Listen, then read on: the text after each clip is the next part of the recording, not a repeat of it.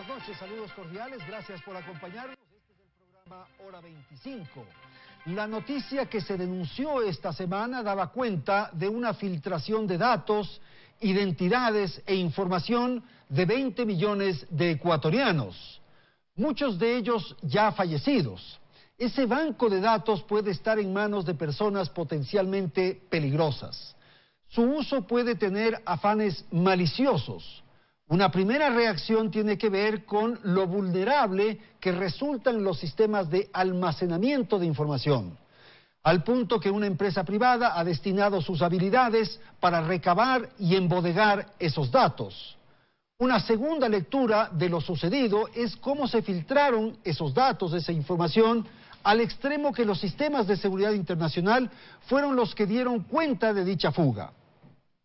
Los ciudadanos viven fatigados, por ejemplo, de las constantes llamadas para afanes comerciales. Ahora se presenta esta otra amenaza que tiene que ver con riesgos mayores y que hace relación a posibles, por ejemplo, estafas, extorsiones, seguridad personal y otros delitos. El Estado tiene la obligación de proteger a su población. La justicia debe actuar inmediatamente. El gobierno tiene que definir políticas de protección y el Parlamento está forzado a elaborar leyes que permitan esta protección. Y claro, la sanción a los responsables de estas fechorías.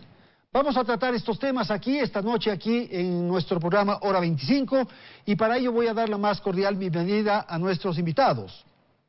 Agradezco la presencia de Lorena Naranjo Godoy. Ella es directora nacional del Registro de Datos Públicos. Nos acompaña Diego Beltrán, secretario ejecutivo de la Asociación Ecuatoriana de Datos Personales. Y agradezco la participación de Andrés Burbano de Lara, presidente de la Cámara de Innovación y Tecnología del Ecuador. Y gracias también a Rafael Bonifaz, experto en seguridad informática. Aquí empezamos. Belén, buenas noches. Muy buenas noches, Andrés, amigos televidentes. La semana inició con un preocupante hallazgo informático. El país conoció que datos personales, financieros y laborales de millones de ecuatorianos estaban expuestos en Internet en un servidor privado localizado en Miami y de propiedad de una empresa domiciliada en Quito. Luego de que esta información se hiciera pública a través del portal web de una empresa informática israelita, las autoridades anunciaron que iniciarán una investigación penal y además tomarán medidas para proteger la información de todos los ecuatorianos. Veamos en el siguiente reportaje lo que ocurrió alrededor de la sustracción de datos. Que la empresa ecuatoriana Novastrat había expuesto millones de datos de ecuatorianos en la web fue la noticia que causó alarma en varios sectores del país. La información llegó desde el portal web de una empresa israelita de seguridad informática, VPN Mentor. Datos personales, financieros y laborales de ecuatorianos vivos, fallecidos, de extranjeros registrados en el país, de niños e incluso del propio presidente de la República formaban parte de los 18 gigabytes que se encontraban alojados en un servidor ubicado en Miami y de pertenencia de Novastrat, dedicada a consultorías, análisis de datos, marketing estratégico y desarrollo de software. Pero ¿cómo la israelí VPN Mentor llegó a conocer que nuestros datos estaban expuestos? Esta empresa realizaba un mapeo aleatorio a gran escala en la web, buscando vulnerabilidades que permitan acceder a bases de datos abiertas y así llegaron al servidor no seguro de Novastrat. Según consta en su portal web, intentaron comunicarse con la empresa ecuatoriana para alertarlos de lo que ocurría, pero al no poder contactarse, acudieron al Centro de Incidentes Informáticos del Arcotel, para así encender las alarmas y cerrar la brecha existente. La empresa israelí indicó que se contactaron el 11 de septiembre, fecha en que según las autoridades se bloqueó el ingreso a esos datos, pero fue apenas 5 días más tarde cuando reconocieron públicamente lo que había ocurrido. Estamos desde primeras horas de la mañana levantando toda la información y haciendo la investigación que nos permita descubrir exactamente qué ha sucedido y quiénes son los responsables. Fue esa misma tarde cuando las autoridades anunciaron la retención del gerente general de Novastrat, Roberto Garcés, quien entre septiembre de 2014 y enero de 2016 se desempeñó como gerente de investigación y desarrollo del Banco Nacional de Fomento. También se presentó ante las autoridades judiciales el presidente de la compañía, Rodrigo Martínez, quien había trabajado como analista de información en Semplades, también en Ban Ecuador y en la Secretaría del Agua. pero tras sus declaraciones y al cumplirse el tiempo de retención, fueron puestos en libertad. ¿Qué tipo de delito se cometió? Si es que la información, si es que los servidores fueron atacados, si la información fue vendida, fue comprada, fue robada. Esto todavía hay que mirarlo en el curso de las investigaciones. Aunque los datos fueron cerrados, la información ya fue expuesta y no puede ser deshecha. Es así que 7,5 millones de datos financieros, información laboral, 2,5 millones de datos automotrices e información sensible pueden llegar a manos de los denominados piratas informáticos. La investigación ahora no solo se la realiza en Fiscalía, también se extendió a la Asamblea Nacional para conocer el origen de esta información y cómo llegó a manos de Novastrat. Sus representantes, en cambio, sostienen que adquirieron esta información y que incluso tienen facturas. Este escándalo devela un mercado ilegal de venta de bases de datos que no tiene ninguna regulación en el país. Bien, entonces empezamos con la conversación de esta noche. Voy a dar la palabra al doctor Diego Beltrán para una pregunta de orden general que nos permita un poco ubicarnos. ¿Qué fue lo que ocurrió, doctor? ¿Cuál es el nivel del problema? Buenas noches. Buenas noches, Andrés. Buenas noches a la audiencia. Lo que ocurrió ha sido básicamente la explosión de un problema que venía gestándose desde hace tiempo. La recopilación o el tratamiento, como se denomina tradicionalmente, de datos de carácter personal que hacen tanto entidades públicas como entidades privadas para proveer de mejores servicios y productos a la población, tienen el deber de custodiar esa información de una manera muy celosa, porque los efectos derivados de una filtración de esa naturaleza pueden poner en riesgo la seguridad de la ciudadanía y de los titulares de esos datos. Como bien ha mencionado la ministra Romo, no queda claro si es que la obtención de esa información por parte de la empresa Novastrat fue legal o ilegal. Ellos sostienen que habrían obtenido esto mediante una adquisición. Lo que cabe preguntar es, entonces, de las entidades que habrían sido el origen de esta información, SRI, el BIES y el Registro Civil, si es que ellos habrían hecho una venta de estas bases de datos a la empresa privada, quien, en última instancia, lo que sí es evidente es que incumplió con su deber de una custodia adecuada de esa información, porque la filtración que los investigadores de VPN Mentor hicieron determina que el servidor en Miami estaba expuesto. Entonces, el problema verdadero está en que no sabemos cuánto tiempo esa información estuvo abierta a actores que pudieron haberla adquirido o copiado y multiplicado cientos o por qué no millones de veces. Pero entonces hay una cadena de irregularidades que se podrían haber presentado. Yo he dado la información al Seguro Social, al SRI, a la Agencia de Tránsito, a la que sea. Yo he dado esa información. Ellos no tenían por qué haber dado a una empresa privada. Es correcto. La Constitución y la Ley de Comercio Electrónico, Firma Electrónica y Mensajes de Datos establecen el derecho de los ecuatorianos como titulares del derecho a la protección de datos personales a que esos datos no sean tratados sin su conocimiento y sin su consentimiento. En ese sentido, las entidades públicas que son los custodios y los guardianes de esa información han hecho mal en hacerla accesible, ya sea de manera intencional o de manera negligente. Ahora, luego esta empresa Novastrat, que tiene esta bodega, este almacenamiento de información, tiene un servidor en el exterior. Y ese servidor, al parecer, es el que provoca esta filtración. Es correcto. Parte de la protección de los datos de carácter personal significa que tú no puedes hacer movimiento transfronterizo de esos datos sin el consentimiento del titular y obviamente sin tomar en cuenta las salvaguardias necesarias para que esa información se mantenga tanto confidencial como disponible y accesible. Esos son básicamente, confidencialidad, integridad y disponibilidad de la información son los tres pilares fundamentales de la seguridad de la información. Cuando esta información fue trasladada al extranjero y fue accesible por parte de personas que no debían haber podido acceder a la misma, obviamente vulnera tanto la disponibilidad como la integridad de esa información posiblemente.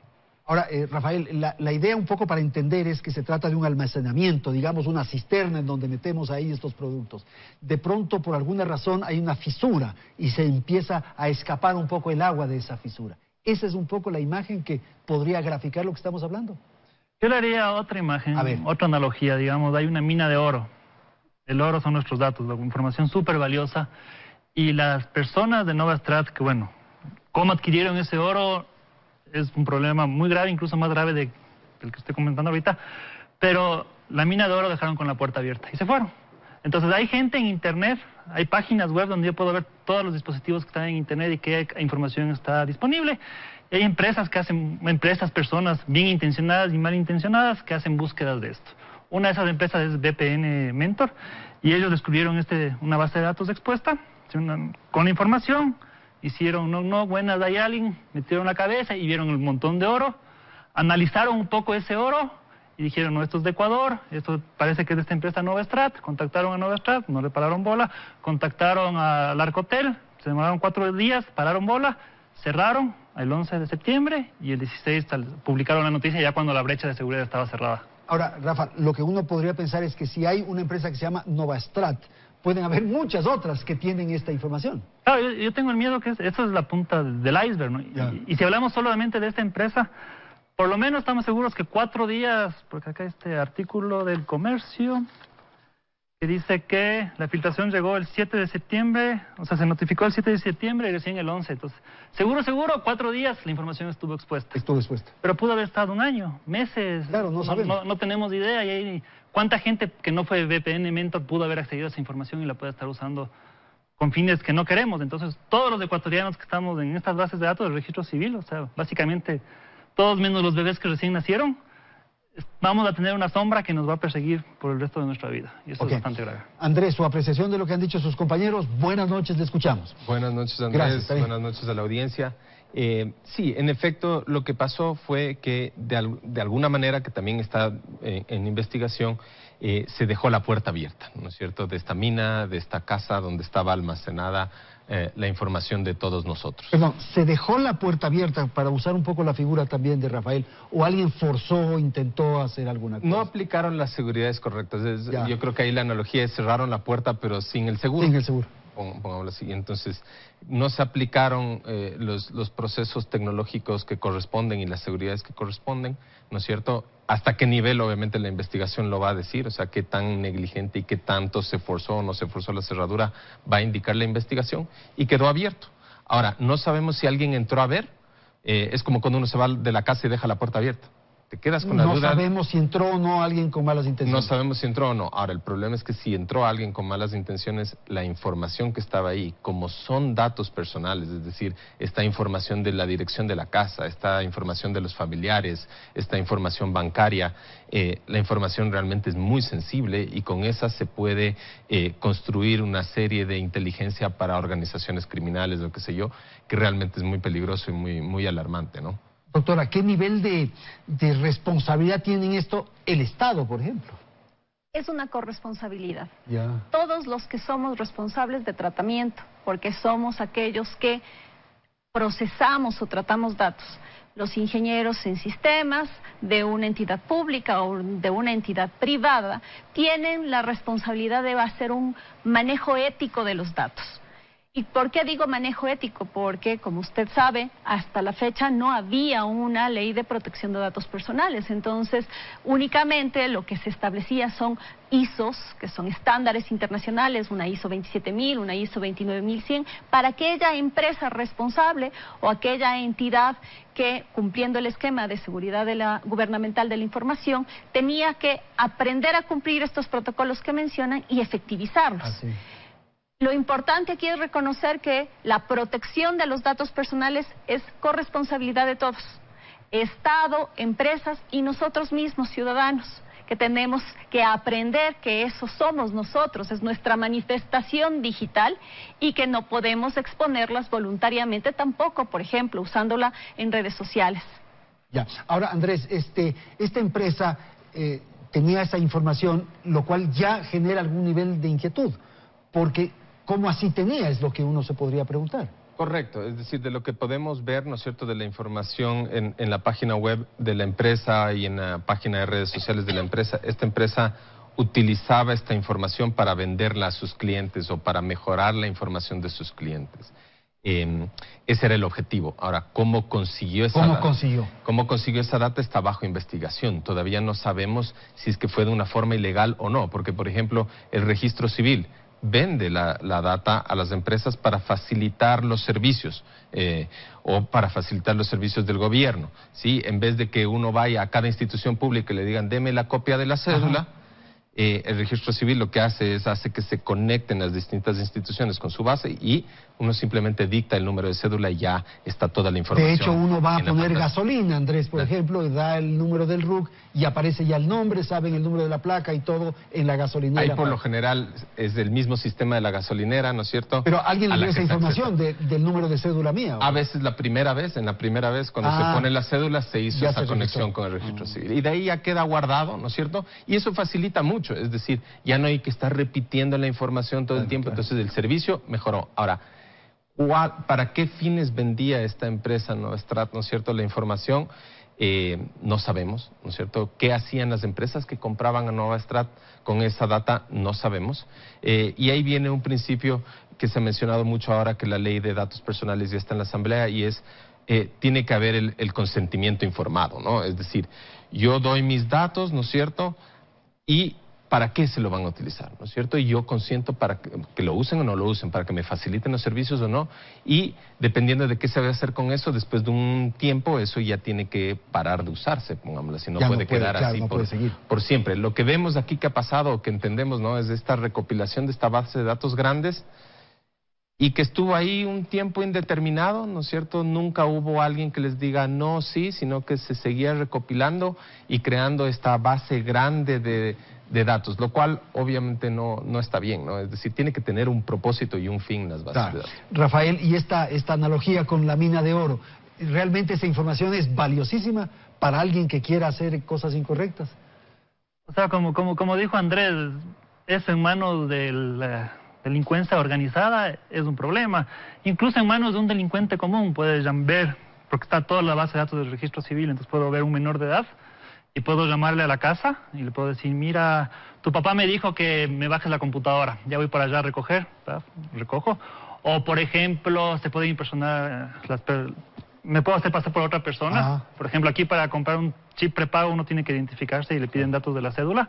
Entonces voy a la base de datos, busco a la persona por la que me quiero hacer pasar y saco el número de teléfono. A nombre de otra persona. Sí, esos son como ejemplos básicos, pero estoy seguro que el crimen organizado es mucho más creativo que yo para pensar. Ahora, pero el crimen organizado podría conseguir los datos suyos en 2 minutos sin necesidad de ir a Novastrat. O sea, si es que quiere conseguir información suya, rápidamente puede conseguir, ¿sí o no? Pero se amplía las posibilidades. O sea, aquí le han dado haciendo el trabajo. Se hace mucho más. Y como dijo Andrés antes, ¿cuántos Novastrat existen? Nos recibimos llamadas telefónicas a cada rato que nos saludan con nuestro nombre y apellido y nos ofrecen la promoción que tal vez queremos o tal vez no queremos, pero nos están llamando y ¿de dónde sacaron ese número? Entonces, esta información... Esa es una primera señal, ¿verdad? De estas llamadas que hacen para promociones, para actividades comerciales. Uno dice, ¿cómo así tiene esa información? Exactamente, ¿cómo así tienen? Y por eso es importante el tema de la ley de protección de datos, porque se debería regular a estos call centers que nos están llamando todo el tiempo. Y bueno, ya no sospechábamos que esto podía pasar. Ahora, con esta filtración nos damos cuenta que el tema es mucho más grave y estamos en una situación mucho peor de lo que nos imaginábamos. Por ser un tema más cotidiano, más de toda la vida, esto de las llamadas, quisiera su apreciación, si es tan amable. Efectivamente, en Latinoamérica, el Ecuador junto con Venezuela y Bolivia son de los últimos 3 países en tener normativas de protección de datos personales. Y eso ha hecho que todas nuestras empresas no hayan permeado este concepto de protección, no solo de seguridad, de protección integral, y no han mejorado sus servicios, no han mejorado la forma de captación de los datos, la forma de tratamiento. Y en la captación, por ejemplo, está el consentimiento que están mencionando aquí. Y el consentimiento se puede obtener por distintos canales. Puede ser por una página en internet, por una llamada telefónica, por una factura en la que yo le entrego al final de la factura y usted me firma qué información usted quiere facilitarme. Todas estas buenas prácticas que dan al ciudadano la posibilidad de que se pronuncie, de que decida qué van a hacer con sus datos los responsables de tratamiento, estas empresas o las instituciones públicas, no están permeadas en el Ecuador, no están utilizadas. Y al contrario, cuando nos llaman por teléfono, sentimos una invasión, sentimos que estamos siendo vulnerados, porque en esta invasión se sabe tanto de mí que no sé quién realmente está del otro lado. ¿Y quién le dio esa información? ¿Y cómo saben mis nombres completos? Porque ya cuando dicen los nombres completos es que ya uno está nervioso. Hay un nivel de análisis. ¿Por qué? Porque incluso saben hasta rangos de remuneración. Entonces saben qué producto ofrecerme dependiendo del rango. Este nivel de análisis es legítimo cuando yo he consentido y cuando yo sé que van a tratar mis datos. Pero a la gente que le están llamando y que muy probablemente desconoce estas formas de funcionamiento del marketing, se siente no solo invadida, sino incluso puede sentirse manipulada. Y eso es lo que una normativa de protección de datos impide. Impide todas estas formas indebidas de uso para empoderar al ciudadano y decir basta. Hay otra cosa que ocurre, doctor, que yo no sé cómo funciona finalmente. Usted entra a una página cualquiera, un periódico cualquiera, comienza a revisar y de pronto está interesado en un pasaje o en comprar un ticket de avión y tal. Y enseguida le comienzan a bombardear de las proveedoras de estos servicios. Cuando tú haces cuando tú transformas, digamos, un modelo analógico en el que veníamos desempeñándonos todos nosotros, donde buscaba el auto que quería adquirir en la página de clasificados de un periódico, y paso a obtener casi el 100% de los productos y servicios vía Internet. Yo voy dejando una huella digital, literalmente una huella digital, que es sumamente fácil de rastrear, procesar, analizar y eventualmente transformar en data muy valiosa.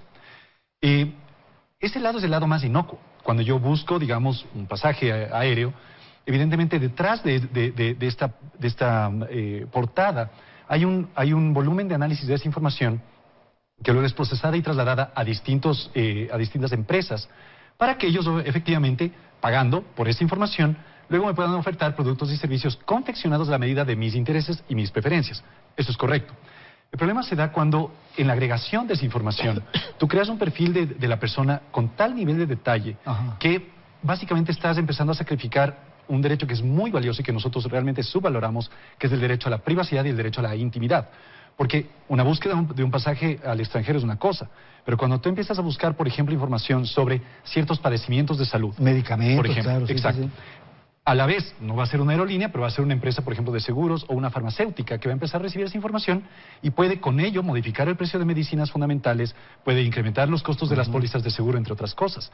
Ahora, un poco haciendo énfasis en lo que mencionaba Rafael, estamos nosotros pasando a una economía digital, en donde se entiende que la moneda principal son los datos y la información.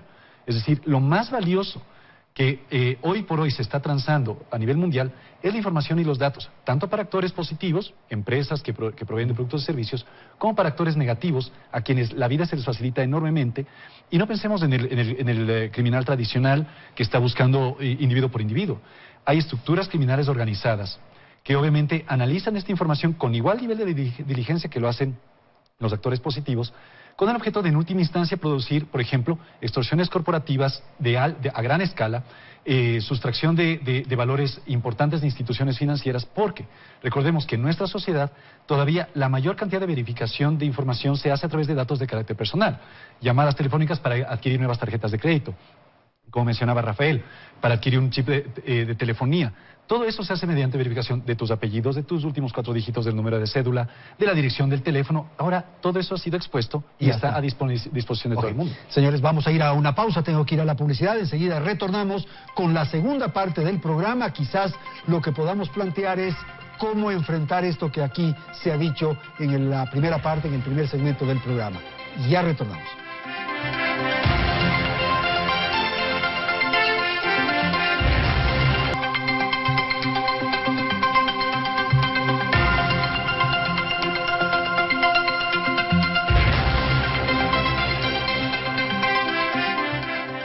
Tras lo ocurrido, el gobierno anunció medidas rápidas para proteger los datos de los ecuatorianos. Entre las primeras acciones están la migración de datos de las instituciones públicas al data center de la Corporación Nacional de Telecomunicaciones, CNT, en un plazo de 5 meses. Y además, un proyecto de ley para protección de datos. El numeral 19 del artículo 66 de la Constitución estipula el derecho a la protección de los datos de carácter personal, pero aún no está regulado. Como ya se había dicho, Ecuador es uno de los 3 países de la región que no cuenta con una normativa al respecto. Junto a él están Venezuela y Bolivia. Es fácil encontrar en Internet la venta de bases de datos por un valor que oscila entre los $50 y $2.000. De allí, la importancia de una normativa legal. Entre los temas más relevantes del proyecto de ley presentado por el Ejecutivo la tarde del jueves está precisamente la sanción de hasta el 17% de las ventas netas para las empresas que utilicen bases de datos sin autorización de los titulares.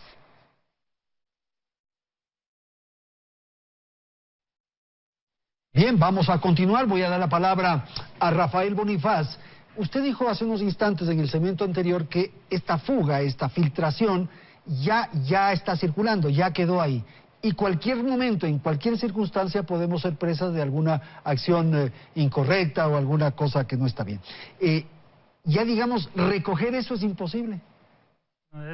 ¿Cómo enfrentar? Digamos, tendrán que cambiarnos los números de cédulas a todos los ecuatorianos, un poco ¿cómo enfrentar eso? En realidad no es una idea descabellada, porque el número de cédula no lo podemos cambiar como estamos ahora, entonces habría que pensarlo.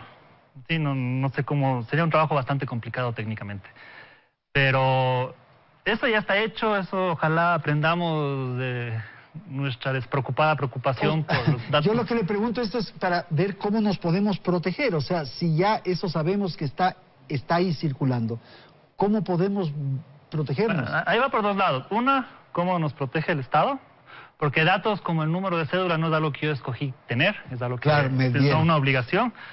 Lo que nosotros podemos hacer como individuos es pensar qué publicamos en redes sociales, por ejemplo. Porque todo lo que publicamos en redes sociales es casi como que pusiéramos en el periódico. Tarde o temprano eso puede llamar la atención, se hace viral y de aquí a 5 años, 10 años me rebota. Pensemos, por ejemplo, hace años cuando éramos chiquitos y todavía no había internet, nos decían que no hablemos con extraños en la calle. Claro. Hoy en día los papás, que son los llamados a proteger la privacidad de los hijos, son los primeros en subir fotos de los hijos a internet. Y suben que... Y conversar con extraños, claro. Y van a ver extraños de esas fotos. Sin duda. ¿Y qué pasa cuando el niño de 7, 8 años le subieron la foto chistosa y ya tiene 15, 16, los amigos se encuentran? Entonces se presta para el bullying. Entonces tenemos que pensar qué queremos que se haga público y qué queremos que sea privado. Y lo que sea privado tenemos que cuidarlo. Esa tiene que ser una actitud, un comportamiento de cada uno de los usuarios, de cada uno de las personas. Por dar un ejemplo, yo no soy fanático ni de Facebook, ni de WhatsApp, etcétera, pero es mucho más razonable, si uno quiere compartir fotos de los hijos, hacerlo a través de un grupo de WhatsApp que hacerlo a través de Facebook, porque por lo menos en ese caso no están tan expuestos al grupo de WhatsApp y agencias de inteligencia, porque sí creo que vale la pena también recordar esto. No sé si... ¿Qué es eso? Con esa cámara de ahí, no sé lo que se trata, a ver. ¿Ah? Sí. Porque en el 2013 hubo una revelación de datos tan escandalosa como esta o más. No, en realidad no se revelaron los datos, pero se reveló la forma en la que la agencia NSA de los Estados Unidos maneja los datos. Entonces, aquí están nombres de empresas, está Microsoft, Yahoo, Facebook, que es dueño de WhatsApp, que entregan los datos de sus usuarios al gobierno de Estados Unidos si estos los requieren, sin una orden judicial, si uno es un ciudadano que vive fuera de los Estados Unidos y que no es ciudadano de Norteamérica. ¿Por qué digo esto? Porque estas herramientas son los medios de los que nos estamos comunicando constantemente. Entonces también vale la pena cuestionarse. Bueno, pero mientras usted dé esa información a una entidad pública, me parece que hay razón, hay explicación. El problema es más bien cuando la entidad pública que tiene esa información le da a una privada. Digamos, aquí más o menos vale la pena estar conscientes que también estamos entregando nuestros datos a cualquier persona que está afuera. Y ahora, si volvemos a hablar del Estado, nosotros damos nuestros datos del Estado para que el Estado provea nuestros servicios, no para que lo estén compartiendo con empresas. Eso estoy totalmente de acuerdo. Con empresas de marketing. Entonces sí es importante que esta ley nos ayude. Y también hay que pensar tecnológicamente, porque vi la solución de llevar todo a CNT.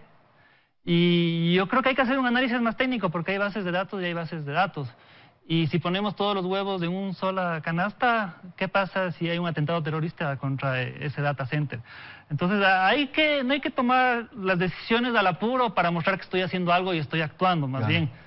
Esto es grave, tenemos que mejorarlo y tenemos que buscar la mejor forma de proteger los datos. Yo ya vi $11 millones para hacer toda esta migración al data center, es decir, rapidito gastamos la plata, y además con la empresa Microsoft que está entre las diapositivas que le mostré. Entonces hay que hacerlo pensado y con cuidado. Hay que ver cuáles son los datos más importantes del Estado ecuatoriano y a esos hay que darle atención especial. Y hay otros datos que tal vez no son tan sensibles, que tal vez sí está bien que estén en CNT, y si los vamos a CNT, deberían estar respaldados en otro lado. A ver, Diego. Sí, yo quiero hacer ahí una hincapié en algo que menciona Rafael. Y creo que es súper importante para la audiencia justamente tener en cuenta esto. Nosotros tenemos un efecto de disociación entre lo que ocurre en el mundo digital y lo que ocurre en el mundo real. Tendemos a pensar que un ataque cibernético, una vulneración de datos de carácter personal, pues se queda en la pantalla y no va a afectar en la vida real. Nada más alejado de la realidad. Cuando nosotros estamos en un entorno en el cual, libre y voluntariamente, a empresas como las que ya ha mencionado Rafael, hacemos una cesión de nuestra privacidad, porque nosotros somos los que accedemos cuando cualquiera de los usuarios abre el aplicativo de Facebook, Twitter o cualquiera de ellos. Lo primero que le dicen es autoriza el acceso al micrófono y la cámara, entre otras cosas. Entonces, por facilidad de uso, pues lo damos. Pero no existe ningún tipo de restricción respecto de cuándo ese micrófono está habilitado o cuándo esa cámara está habilitada. O sea, nosotros no tenemos conocimiento de que si nos están viendo o nos están oyendo. Esa es la verdad. Yeah. Entonces, no ha sido desconocido en los escándalos recientes, no solamente de lo del 2013, a través de las revelaciones de la NSA, también lo que ha ocurrido recientemente. O sea, Facebook se le impuso una multa de $5 billones justamente por haber hecho disponible la información de millones de usuarios. A British Airways le filtraron su información, la autoridad de privacidad francesa le impuso $258 millones de multa. A Equifax, que también le vulneraron su sistema, se reveló la información de 147 millones de ciudadanos americanos, le impusieron una multa de $700 millones. Al propio Google le impusieron una multa de $56 millones en la Comunidad Europea. Todo ello alrededor de la filtración de datos. Bueno, pero eso nos sirve un poquito de consuelo para decir, si estas transnacionales tan poderosas filtran y se escapa información, igual le puede ocurrir a Novastred aquí. Correcto, pero lo que quería un poco abundar, Andrés, y que creo que es un tema sumamente importante, es que el manejo responsable de las redes sociales es solo una mínima parte de esto.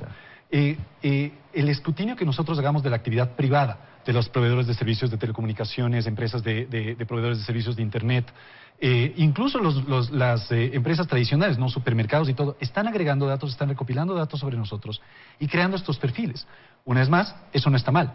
El problema es cuando esa información no es gestionada y no es resguardada adecuadamente. Y en última instancia, cuando nosotros, por ejemplo, a nuestros hijos les permitimos el uso de plataformas conectadas, por ejemplo, juegos muy populares de hoy en día, Fortnite, Minecraft, entre otros, donde están jugando no en la comodidad y la intimidad de su propia sala, sino interactuando con millones de usuarios que están afuera. Información de datos de carácter personal pueden ser valiosas puertas de entrada para generar un vínculo de confianza con ese menor y decirle, bueno, ¿sabes qué encontremos acá? Porque estamos creando una liga de jugadores y generada la información, el menor va a confiar a ciegas en ese actor negativo y puede haber problemas serios. ¿Crea un poco de miedo esto, Andrés, o no? Crea miedo, yo creo que ahí es importante encontrar un balance, es decir, como en toda industria, como en todo negocio, ¿no es cierto? Hay excesos, para eso está el Estado, ¿no es cierto? Para regular, para controlar, pero también hay varias innovaciones muy importantes, pongámoslo así, que han venido producto del uso de los datos. Es decir, no podemos satanizar el uso de los datos, es decir, volvamos a la edad de 1800 donde hacíamos todo a mano, ¿no? Es decir, producto de estas innovaciones hemos recibido servicios y hemos recibido productos que han transformado nuestras vidas. Solo pensemos en Google mismo. Hoy en día un ecuatoriano que vive en, no sé, el Lago Agrio puede acceder a toda la información del mundo gracias a Google. Antes del Internet era otro mundo, antes de Google, que uno buscaba algo y te salía en función del orden de quién pagaba más para ponerse en el primer lugar del buscador. Google transformó el acceso a la información y al conocimiento y por ende transformó la vida de miles de millones de personas. Entonces, encontrar ese balance adecuado entre, ok, yo creo esta innovación, pero a su vez recopilo cómo se comportan las búsquedas en la web, hay que encontrar un balance adecuado. Bueno, pero eso ocurre siempre en todas las creaciones humanas. Fíjese usted que el automóvil fue un gran invento, ¿no es cierto? Ahora es un problema el automóvil. Hay que esconderlo, hay que ir al pico y placa, hoy no circula, hay que tapar al vehículo. Igual pasa en estas cosas. Hay que encontrar un balance adecuado, es decir, no porque han sucedido ciertas cosas, ¿no es cierto? Vamos a lo que quizás muchos de nosotros criticábamos al gobierno anterior y es legislar y gestionar en función de la excepción, ¿no es cierto? Yo creo que la mayoría de empresas tratan de hacer las cosas bien, tratan de gestionar bien. Lamentablemente hay empresas que hacen mal o conductores que manejan mal, ¿no es cierto? Y obviamente hay que sancionarles. pero no por eso entonces vamos a irnos para atrás en todo el avance y en toda la innovación y vamos a decir que todo el mundo está haciendo mal. Por ejemplo, en la ley de protección de datos personales que está actualmente en la Asamblea, nosotros hemos visto realmente con preocupación el nivel de sanciones que están poniendo a una empresa pyme, ¿no es cierto?, ecuatoriana, que da trabajo, que innova en el país. Ponerle una sanción de $40.000, que es la mínima, le acaba. Ahora, doctora, ¿cuál es un poco el espíritu con el que está concebido el proyecto que ha ingresado ya a la Asamblea? Por eso es que las leyes tienen que ser leídas con abogados, no solo técnicos. Si algo me ha servido en este sector es que un ingeniero en sistemas no puede leer solo una ley, porque efectivamente hay un porcentaje de sanción del 17% o de $40.000, como menciona, pero lo que se debe entender es que hay primero un periodo de adaptación. Un periodo de adaptación que va a permitir que desde el momento en que la ley entre en vigencia, existen 2 años para que todos los ecuatorianos que manejan datos personales, los responsables de tratamiento, puedan incorporar en sus procesos institucionales todo el sistema de protección. Y efectivamente, transcurridos esos 2 años, además hay primero medidas correctivas.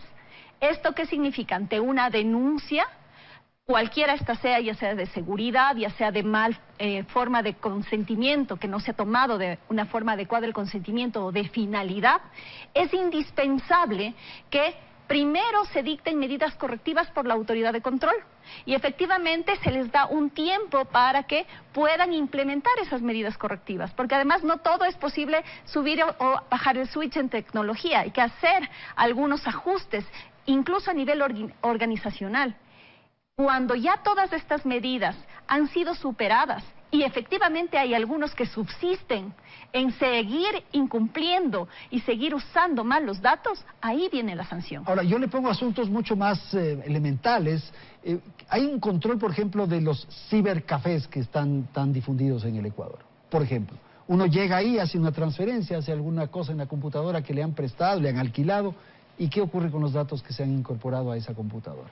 Lo que pasa es que nosotros tenemos que aprender a distinguir que no es que dejamos los datos en la computadora, dejamos los datos en los sistemas o en las plataformas o en las apps o en los softwares que están dentro de esa computadora, porque puedo ocupar la computadora. Sí, claro. Pero en realidad estoy conectándome con una app o con un software que es de origen no muy bueno, tal vez incluso puede ser algún juego en línea o alguna página que no tenga un sello de protección, que no tenga una garantía de certificación. Eso es parte de lo que una autoridad de control tendría que hacer, no únicamente sancionar. En el Ecuador es indispensable que nos igualemos a la región y para igualar a la región esta autoridad de control tiene que normar sectores. El sector de salud tiene un nivel de protección de sus datos, no es lo mismo no es lo mismo que proteger datos comerciales, no es lo mismo proteger datos de niñez y adolescencia. Entonces, ¿qué tendría que dictar esta autoridad de protección? Tendría que dictar las normativas sectoriales que orienten, que guíen, que permitan el desarrollo, que todos debamos alcanzar un estándar dependiendo de cada sector y que efectivamente de haber empresas que no logran ir a la necesidad de proteger a las personas, a esas se les sancione. Andrés, ¿qué debe contener la ley? Es un poco lo que estamos tratando ya en esta parte del programa. La ley contiene, yo creo que los principales, pongámoslo así, componentes de lo que viene a llamarse la protección de datos personales. Está muy basada en GDPR europeo, muy basada en la legislación mexicana. Nosotros hemos participado con la autoridad en el proceso cuando ha sido posible, ¿no es cierto?, dando nuestros comentarios, dando nuestras observaciones. Lo que busca esta ley, obviamente, es que, en esencia, ¿no es cierto?, haya un consentimiento informado y que se busque y que se trabaje sus datos personales con un límite de tiempo, con una normativa de seguridad, con una normativa de tratamiento que no se abuse, lo cual nosotros estamos totalmente de acuerdo. Es decir, creemos que es fundamental, ¿no es cierto?, para el Ecuador, que este tipo de legislación y regulación es el deber del Estado justamente regular y trabajar en ese sentido. Okay. ¿Qué debe tener la ley? ¿Usted está de acuerdo con la ley? A ver. En principio sí, creo que esta autoridad que va a normar la ley debería ser independiente del gobierno, porque si no va a ser juez y parte, y eso es como bastante importante. Y de ahí sí, sobre todo la privacidad es un tema de decidir. Yo decido qué parte de mi vida comparto con quién. Esa es la definición más o menos de la privacidad. No es yo oculto todo. Entonces, los ciudadanos deben tener la capacidad de decidir qué datos pueden compartir con quién. Y la entrega de datos tiene que ser algo que uno acepte explícitamente. Usted va más entonces a la actitud, al comportamiento, a la conducta de cada persona, más que a la legislación. No, pero por ejemplo, si ustedes ahora navegan páginas que están alojadas en Europa, le van a decir, esta página de aquí tiene estos términos de uso, usted acepta para... Y ahí, más o menos, aunque no todos leemos esos términos de uso, pero nos está diciendo, aquí vamos a recolectar ciertos datos suyos. ¿Está seguro de que quiere entrar? Entro y leo, y si no doy mis datos no leo, pero ya por lo menos, más o menos, me dan la opción de tomar la decisión. Te alertan respecto a tomar la opción. Claro, pero lo importante aquí es tomar decisiones informadas. Ok, Diego, con usted terminamos este segmento lo más rápido, por favor. Gracias, Andrés. A ver, nosotros vemos como muy positivo la adopción de una ley. Creemos que tiene que estar necesariamente acompañada de una política adecuada de educación para que la gente, tanto sector público, sector privado, como los usuarios, tengan un manejo responsable de sus datos.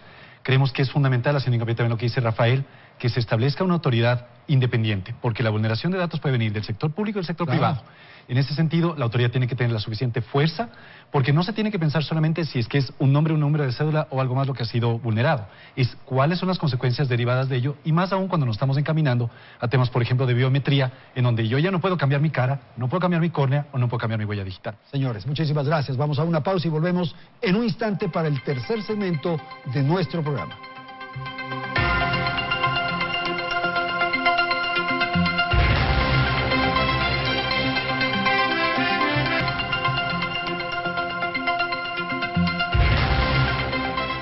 Bien, vamos a destinar los minutos finales del programa para entender más lo que ocurre desde la ley este proyecto de ley que se ha presentado en la Asamblea, para finalmente lo que todos aspiramos, protegernos, cuidarnos.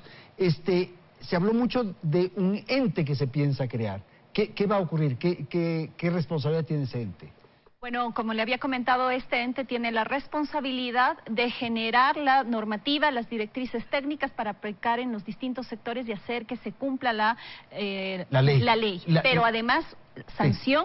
Y además educación, porque establece las directrices también de cómo se debe coordinar con el Ministerio de Educación, incluso con las empresas, incluso con el propio Estado, para formarnos a cada uno de nosotros en protección de datos. ¿Se convierte en una especie de superintendencia que tiene capacidad de sanción? Tiene capacidad de sanción también, y por eso es importante que sus decisiones sean independientes, sean imparciales, sean autónomas, y en eso coincidimos. Y así está concebido el organismo este. El organismo, nosotros, por un tema de austeridad, nos han señalado que se describan todos los contenidos, todas las atribuciones, toda la forma en la que estas sanciones deben ser emitidas, pero que será el presidente de la República el que determine la institucionalidad. Perfecto.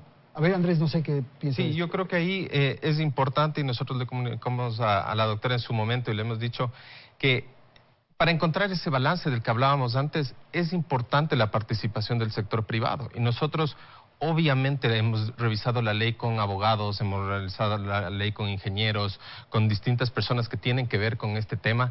No es que ha salido una opinión así ligera, lo hemos revisado a profundidad y encontramos con preocupación ciertos temas, por ejemplo, los niveles de sanción para las empresas pequeñas y medianas que no tienen los recursos. En un país que no tiene los recursos para hacer una autoridad de control, peor, el empresariado que tampoco tiene recursos va a poder implementar medidas que están adoptando a nivel europeo. Entonces, lo que nosotros decimos es, déjennos participar también en el proceso, ¿no es cierto?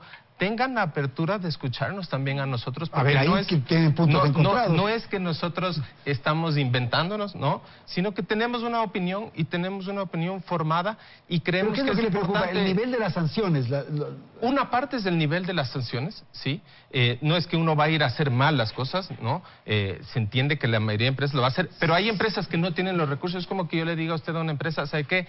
Para usted poder producir televisores en el país tiene que cumplir una serie de normas. Bien, ¿qué temor hay?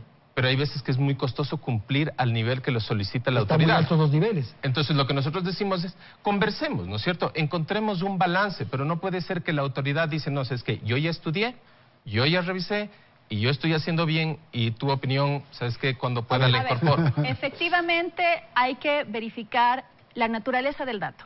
por más pyme pequeñita que sea, si está tratando datos de menores de edad, de niños, niñas y adolescentes, ofertándoles productos directamente a niños, niñas y adolescentes, esa actividad, por más que sea una pyme o sea una app en que la empresa tenga un valor de $400, está tratando datos delicadísimos y tendrá que implementar los niveles y estándares que garanticen que efectivamente ha hecho la diligencia debida. Sin embargo, es verdad que hay que apoyar a las pymes y por eso es que parte de las obligaciones de la autoridad de control es establecer que mientras el resto va a tener que gastar en softwares, muy probablemente a estos el Estado tenga que ayudarles y dotarles de ciertos softwares, incluso hasta subvencionados, para ayudarles a estas pymes. Pero no podemos, por el hecho de los recursos, sacrificar a las personas, porque las que estamos en los datos, somos titulares de los datos, somos nosotros, nuestros hijos. Y por lo tanto, habrá que establecer mecanismos de cooperación, de trabajo conjunto, pero para que todos subamos el estándar. Estemos en el mismo nivel. Doctor, por favor. ¿Cómo no? Nosotros compartimos un poco la visión de las dos partes. De hecho, creemos que el sector privado va a ser una debida diligencia, es la expectativa que nosotros tenemos. Parte justamente del asesoramiento que nosotros tratamos de brindar es que el nivel de cumplimiento en materia de derecho digital particularmente es un tema de gestión y no de resultado. No existe sistema invulnerable. Justamente hemos hablado de algunas de las grandes empresas que tienen todo el dinero del mundo para establecer las salvaguardias y aún así han sido vulneradas. Entonces, en tema de derecho digital, lo que tiene que demostrar el actor es que ha hecho todo lo debido, la debida diligencia es la palabra clave, para que esa vulneración no se produzca. Y la autoridad tendrá que considerar eso justamente para no volverse un ente estrictamente sancionador, sino un ente asesor, pero que cuando se produzca el incumplimiento efectivamente se sancione. Tiene su lógica. Rafael. Yo, para terminar, quería añadir algo que creo que es importante, que lo mencionó Diego a la ligera, que es el uso de datos biométricos. Ahora está de moda el reconocimiento facial, lo quiere poner para seguridad la alcaldía de Guayaquil, la alcaldía de Quito, el gobierno central. Y eso es un problema porque no se ha discutido del tema, no nos han preguntado, no es una decisión consentida. ¿Y qué es lo que pasa? Para explicarles de lo que se trata. Nuestra cara está en bases de datos, por ejemplo, la del registro civil. Y cuando uno va caminando por la calle, las cámaras que ya están se podrían conectar a esta base de datos y saber Rafael Bonifaz está caminando por ahí.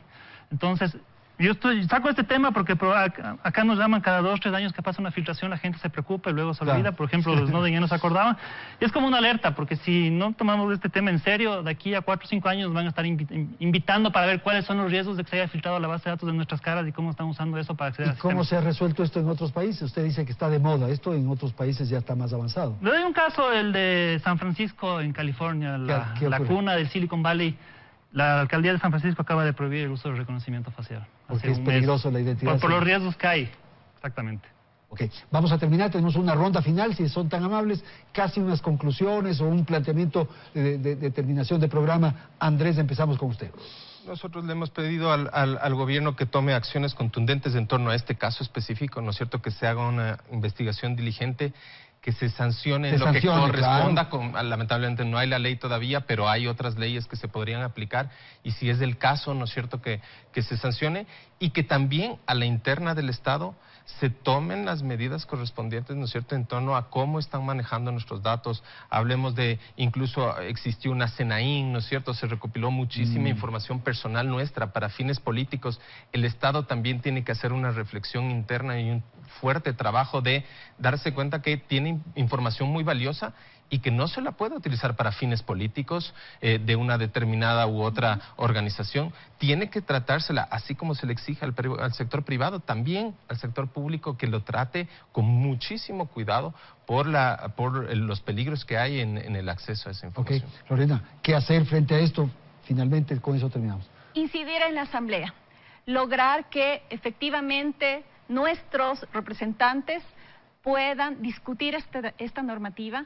Es muy técnica, es muy especializada, hay que mantener un balance casi perfecto para lograr un flujo adecuado de datos, un flujo adecuado que permita el desarrollo productivo, que permita la innovación, pero que al mismo tiempo garantice derechos.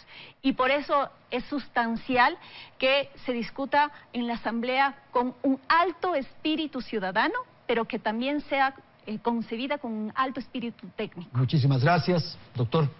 Pues Andrés, yo haría una recomendación realmente multinivel. En primer lugar, al Estado que haga un adecuado manejo y gestión de los datos de carácter personal de la ciudadanía, porque es el más grande recolector de esta información.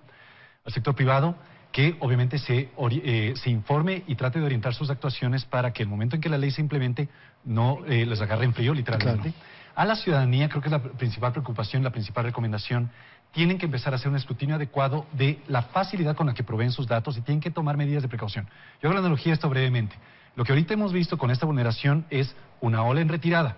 Todavía nos va a venir el impacto a través de posibles efectos, les decía yo, en temas de seguridad real, no en seguridad digital, en temas de seguridad real, y en ese sentido es importantísimo que eduquen a todos los miembros de la familia, que hagan una adecuada gestión, incluso un llamado de atención a las empresas a las que han prohibido estos datos, y en última instancia también un llamado de atención a la academia, porque hasta ahora la academia se ha mostrado absolutamente silente en este tema. Existe creo que un par de programas sobre el tema de formación específica en materia de derecho digital, y estamos en una economía en la que estamos absolutamente atrasados en ese sentido. Entonces, también los actores de la sociedad civil tienen que pronunciarse al respecto y tienen que empezar también a hacer un escrutinio de la función pública y del sector privado. Rafael Bonifaz, por favor. Yo voy a concordar con Diego, tal vez lo más importante creo yo aquí es la educación y la cultura y saber que estamos tal vez ahora sí en un cambio de época, el mundo digital.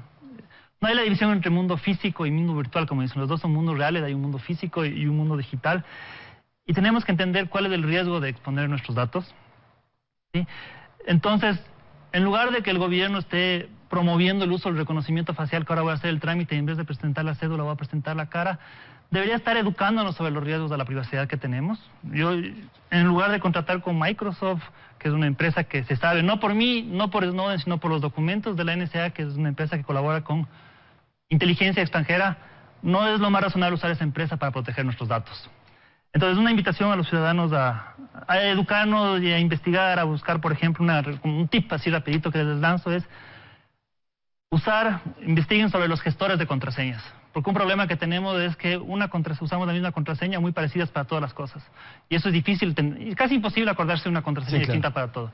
El gestor de contraseñas, yo me acuerdo de una contraseña y luego ese me genera contraseñas aleatorias y yo me conecto con cada una. ¿Y es mejor tener una sola, dice usted? Uno tiene una contraseña maestra que desbloquea mis otras contraseñas. Y las otras ni siquiera me las sé porque es una cosa de 20 caracteres, una cosa imposible. Ok, muchísimas gracias por la presencia de ustedes. Quiero agradecer a Lorena Naranjo, Diego Beltrán, Andrés Burbano de Lara y Rafael Bonifaz. Gracias a la audiencia por habernos acompañado. Felicidades. Hasta la próxima semana.